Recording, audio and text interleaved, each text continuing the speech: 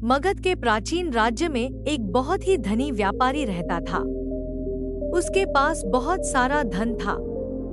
एक बार उसने निश्चय किया कि उसके पास जो भी धन है वह उसके बच्चों के लिए ही पर्याप्त है। वह सोचने लगा कि वह अपने पोते पोतियों और भविष्य के लिए धन की व्यवस्था कैसे करेगा। बिना धन के उनका जीवन बहुत कठिन हो जाएगा।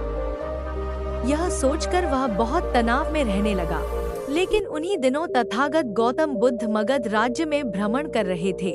तभी किसी ने उससे कहा कि उसे गौतम बुद्ध की शरण लेनी चाहिए। वह अपनी चिंताओं का समाधान करेगा।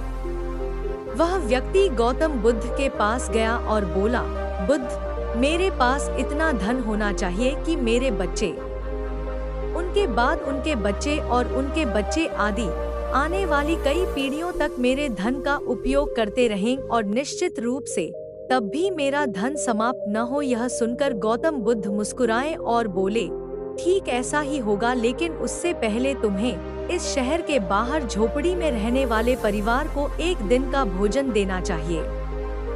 यह सुनकर धनी व्यापारी बहुत खुश हुआ और उसने तुरंत परिवार को एक दिन का भोजन दे दिया। वह भोजन से भरा एक थैला लेकर शहर के बाहर एक झोपड़ी में पहुंचा। जब वह झोपड़ी के अंदर गया तो उसने देखा कि झोपड़ी के अंदर एक बुजुर्ग व्यक्ति और उसकी छोटी बेटी थी। बुजुर्ग व्यक्ति बैठकर विचार कर रहा था और उसकी छोटी बेटी रसोई में भोजन बना रही थी।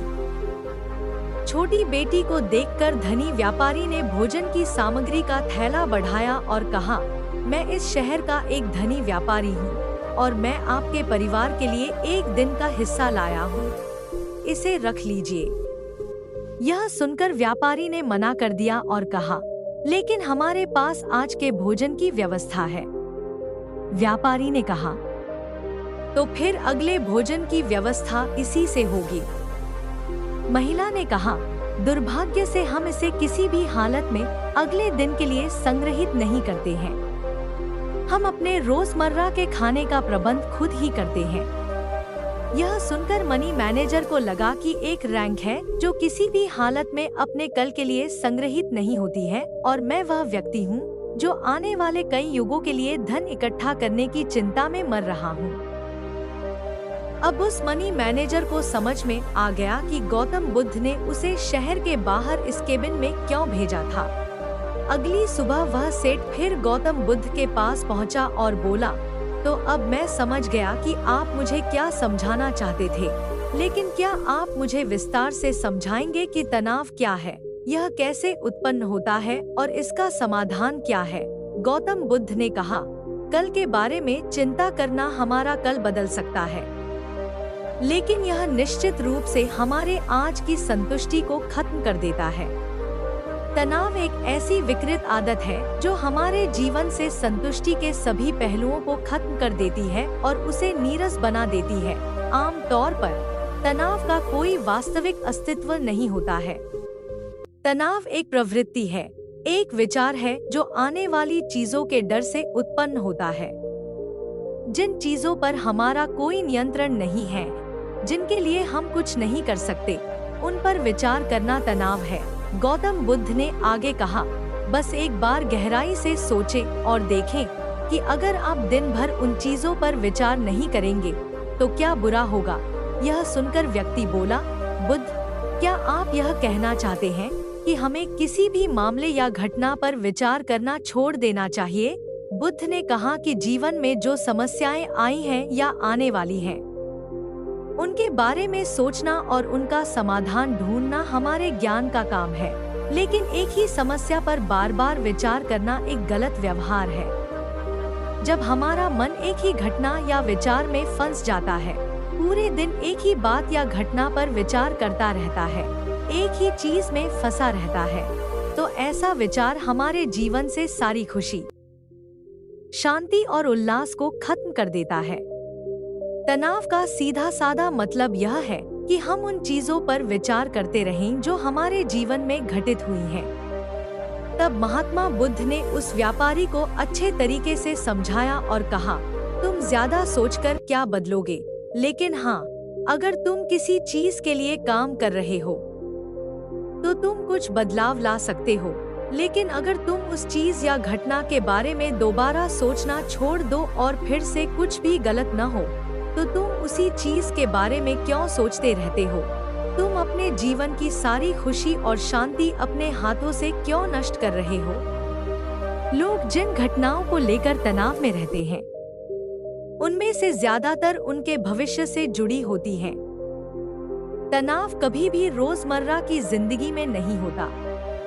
आपके भविष्य की समस्याएं हल नहीं होंगी, लेकिन आपका आज का आनंद गायब हो जाएगा। आपको एक बात स्वीकार करनी होगी कि तनाव से भरा एक घंटा आपको पूरे दिन से ज्यादा थका देता है। दिन भर की मेहनत। सच तो यह है कि जब कोई अप्रिय घटना घटती है, तो वास्तव में यह हमें उतना नुकसान नहीं पहुंचाती जितना हम अपने दिमाग में सब कुछ सोचकर खुद को नुकसान पहुंचाते हैं। तब जहाजी ने गौतम बुद्ध से पूछा, तथागत, आपके अनुसार सही जीवन शैली विकल्प क्या है? बुद्ध ने कहा, अतीत का दूसरा नाम निराशा है, संकट है और आने वाली चीजों का दूसरा नाम युद्ध है। अगर आज हमारे मन में कोई इच्छा है और वह पूरी नहीं होती है, तो मस्तिष्क भविष्य के लिए तैयारी करना शुरू कर देता है। वह कल्पना करने लगता है कि अब से सभी इच्छाएं पूरी हो जाएंगी। लेकिन जीवन न तो भविष्य में है और न ही अतीत में। जीवन इस क्षण का नाम है, यानी इस क्षण का अनुभव ही जीवन का अनुभव है। और आश्चर्यजनक रूप से यह जानने के बाद भी हम इस वास्तविकता से अनजान रहते हैं। हो सकता है कि हम अतीत की यादों में खोए रहें या फिर भविष्य के लिए तैयारी करते रहें, और हमारा जीवन यूं ही बीत जाता है। बशर्ते हम अपने अंदर एक ही सत्य रखें कि न तो हम अतीत को बदल सकते हैं और न ही हम अपना भविष्य देख सकते हैं। हम पूरी सहनशीलता और मानसिक दृढ़ता के साथ भविष्य को आमंत्रित कर सकते हैं। अगर हम इस बात को स्वीकार कर लें, तो क्या हमारे जीवन का हर पल इसी तरह जीवन से भरा होगा? सेठ ने कहा, बुद्ध, आप सही कह रहे हैं, लेकिन आप चाहे जितना भी प्रयास कर लें, तनाव हमेशा बना रहता है, शायद उससे भी ज्यादा नहीं। फिर परिवार को लेकर तनाव हमेशा बना रहता है। तब बुद्ध ने कहा कि तनाव होना स्वाभाविक है, लेकिन हमें उस चिंता को विचार में बदलना चाहिए। मैं आपको एक बात याद दिला दूं, जो आप निश्चित रूप से जानते हैं। आपके आने से पहले भी यह दुनिया थी, समाज था, परिवार था, और जब आप इस दुनिया से चले जाएंगे, तब भी इतना सब कुछ यही रहेगा। आपके आने और जाने से इसमें बहुत ज्यादा प्रगति नहीं हुई है। वैसे भी आपके आने से पहले और आपके जाने के बाद का समय आपकी मुट्ठी में नहीं है। आपकी मुट्ठी में मुख्य चीज वह समय है जिसे आप अभी जी रहे हैं। वह समय जिसमें मैं इस समय आपसे बात कर रहा हूँ और आप मेरी बात सुन रहे हैं। यह आपकी मुट्ठी में है, और हर बार ऐसा छोटा सा पल आपकी मुट्ठी में आता है और फिर हमेशा के लिए गायब हो जाता है। तो आप इस पल का प्रबंधन कैसे करेंगे? क्या आप इसे तनाव में बर्बाद कर देंगे? मैं इस बात से सहमत हूँ कि प्रत्येक व्यक्ति को इस बात पर विचार करना चाहिए कि हम इस अवसर का अधिकतम उपयोग कैसे कर सकते हैं। हमें इस बात पर विचार करना चाहिए कि हम कैसे अधिक से अधिक असाधारण कार्य कर सकते हैं। हम खुशी कैसे साझा कर सकते हैं। याद रखें कि यह व्यक्ति को उसकी अंत्येष्टि अग्नि तक ले जाता है और विचार उसके मस्तिष्क को उज्जवल बनाता है। तभी सेठ ने कहा, हे बुद्ध, मैं आपकी बात समझता हूँ कि जीवन को बहुत अधिक नहीं बनाना चाहिए। हमें इसे पूरी ऊर्जा और आनंद के साथ वर्तमान में जीने का प्रयास करना चाहिए। सेठ ने आगे पूछा, लेकिन बुद्ध ने पूछा, यदि कोई व्यक्ति तनाव से घिरा हुआ है, तो वह इससे कैसे उभर सकता है? गौतम बुद्ध ने कहा, क्या आप कभी भी गहरे मार्ग से बाहर निकले हैं? मार्ग के अंदर एक बहुत ही भयानक अंधकार है। हमेशा एक आशंका होती है कि केवल उस प्रकाश तक पहुंचा जा सकता है जो पूरे मार्ग को पार करके मार्ग के दूसरे छोर पर पहुंचता है। और इस तरह से कई बार हमारे जीवन में हम निराशा और तनाव में फंस जाते हैं। हम एक ऐसे अंधकारमय मार्ग में फंस जाते हैं जहां से निकलने का कोई रास्ता नहीं होता और ऐसा लगता है कि यह जीवन ऐसे ही समाप्त हो जाएगा। लेकिन ऐसी स्थिति में उस मार्ग की तरह इस निराशा और तनाव को बंद करने वाले विश्वास की रोशनी सिर्फ उन लोगों के पास आती है जो आगे बढ़ते रहते हैं, चलते रहते हैं। इसलिए अगर कभी आपके जीवन में दुख और तनाव का एक पल भी आए तो रुकिए नहीं, बस चलते रहिए, आपको सफलता मिलेगी। इस समय सेठ गौतम बुद्ध के शब्दों को समझ चुके थे।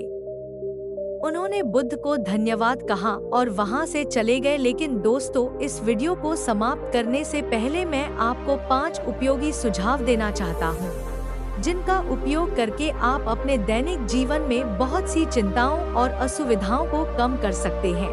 तो पहला यह है कि जीवन के साथ अति करना छोड़ दें कि अगर यह हो गया तो क्या होगा। अगर वह हो गया तो क्या होगा? कुछ नहीं होगा। अगर कुछ हो भी गया तो आप उसके अनुसार कोई न कोई निकास योजना बना लेंगे। ब्रह्मांड में इस दुनिया के अस्तित्व को 100 मिलियन वर्ष हो चुके हैं और अगर आप और मेरे जैसा कोई व्यक्ति चाहे लंबे समय तक चिंता करे और गायब हो जाए तो इस ब्रह्मांड को कुछ नहीं होगा। इसलिए अपने आप को हर दिन यह एहसास दिलाएं कि मैं बस जीवित नहीं रहना चाहता, मुझे जीना है। दूसरा उदाहरण है, हर छोटी छोटी बात पर चिंता करना छोड़ दें, जैसे कि भीड़ भाड़ में फंस जाने का दुख, थोड़ा सा खर्चा छूट जाने का दुख, आज ठंडा खाना खाने का दुख। ऐसी अनगिनत व्यर्थ की चिंताएं हम अपने पास रखते रहते हैं। एक बार सोच कर देखिए कि जिस दिन आप अपनी आखिरी सांसें गिन रहे होंगे, क्या ये ढेर सारे मुद्दे आपको आज जितने बड़े लग रहे हैं उतने ही बड़े लग रहे होंगे? नहीं, तो उस दिन ये ढेर सारे मुद्दे जो आज आपको पहाड़ जैसे बड़े लग रहे हैं, वो रेत के एक छोटे से कण से भी छोटे लग रहे होंगे। इसलिए हर छोटी छोटी बात पर तनाव लेना छोड़ दें। तीसरा उदाहरण है कि हमेशा याद रखें कि जीवन बहुत छोटा है। आप आज, अभी और अभी मर सकते हैं। हम हर बात पर तनाव लेते रहते हैं क्योंकि हमें लगता है कि हमारे पास वाकई बहुत समय है। हम बहुत दिनों तक जिएंगे और लोग मरेंगे। मैं जीऊंगा। इसलिए खुद को समझाते रहें कि बहुत ज्यादा तनाव लेना व्यर्थ है, शायद आज मेरा आखिरी दिन हो। चौथी बात, आपको ये स्वीकार करना चाहिए कि इस दुनिया में कोई भी महान नहीं है, कोई भी पूर्ण नहीं है। इसलिए लोगों को माफ करना सीखें। जो भी हो, भगवान ने इस दुनिया में जो कुछ भी बनाया है, सब कुछ बहुत प्यारा है। अगर हम उसमें अच्छाई नहीं देख पाते तो इसका मतलब ये नहीं है कि वो चीजें बुरी हैं, बल्कि इसका मतलब ये है कि हम उस चीज में अच्छाई देखने के लिए अभी बड़े नहीं हुए हैं। और 5वीं बात, लोगों की बिना बताए मदद करते हैं। जब हम बिना किसी आशीर्वाद के किसी की मदद करते हैं तो हमें अंदर से एक बहुत अच्छा सामंजस्य और सुकून महसूस होता है, जो हमें जो हो रहा है उससे लड़ने और बदले में कुछ पाने की ताकत देता है। इसलिए दोस्तों, हमें अपने जीवन में चीजों को जाने देने की मानसिकता विकसित करनी चाहिए कि जो होगा देखा जाएगा। जो हुआ वो मेरे बस में नहीं था, अब जो होगा मैं उसे सुधार लूंगा। जीवन में मुख्य चीज हमारा आनंद है और हम तभी खुश रहेंगे जब हमारे दिल और दिमाग पर तनाव का बोझ नहीं होगा। इसलिए आराम से बैठिए और खुशी से जिए। तो दोस्तों, आपको वीडियो कैसा लगा मुझे कमेंट करके जरूर बताएं कि आपको वीडियो कैसा लगा। और अगर आपने चैनल को सब्सक्राइब नहीं किया तो चैनल को जरूर सब्सक्राइब करें। धन्यवाद। नमो बुद्धाय।